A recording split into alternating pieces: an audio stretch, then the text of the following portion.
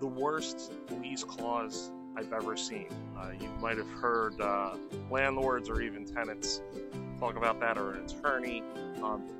The first thing to note, if you ever hear somebody say, "That was the worst lease clause I've ever seen," if it's the worst clause for one party, it might be the best clause for somebody else. So that's the first thing to talk about is that it depends on whose perspective we're talking about here.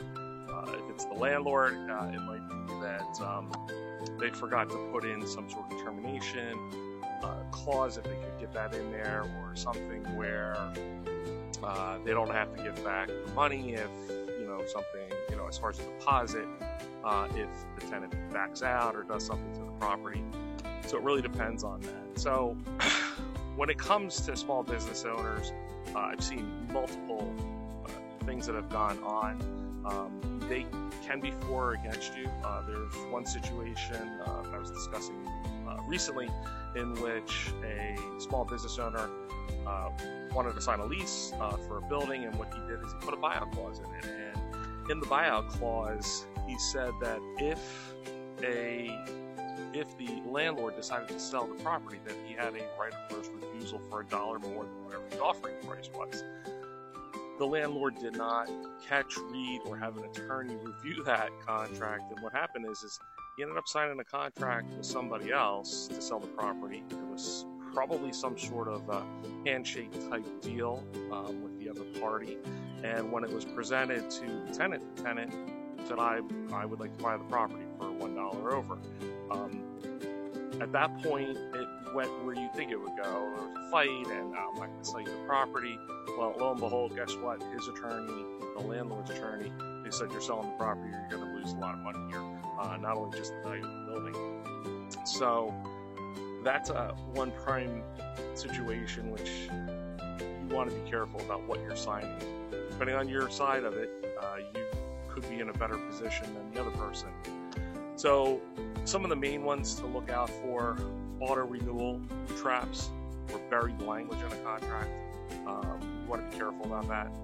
Like to have options, especially as a small business, where you can get out of a lease if you can. Personal guarantees, where there's no escape or way to get out from underneath it. That's another one to be very, very careful about. Another one are hidden fees. A lot of times there's, a 2% fee or a 3.5% processing fee, late fees, those types of things. You got to be very, very careful about. Know what they are, know what they're going to charge. Another one that catches a lot of tenants are CAM fees. Common area maintenance is what those refer to, and in those situations, you're going to have to pay for aspects of the building.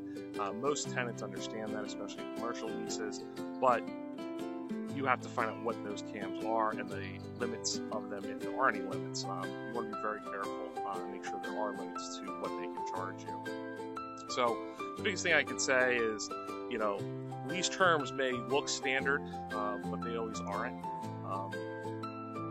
The biggest key is when you're dealing with something that's a lease that you're negotiating or able to negotiate, there's no standard aspect to these. You can negotiate whatever you want in contract. Some exceptions to that is if you're dealing with some sort of purchase agreement for a residential property and it's not under a business, there are laws to protect those types of situations. Also, general landlord-tenant, as far as if you're a person renting from a landlord, there are some restrictions and laws to protect the renters from what the landlords can do. But when you get into the commercial realm of things, most of those rules are out the window. So read every line, understand what everything is in a contract, even if it looks standard. Have an attorney take a look at it, or someone that you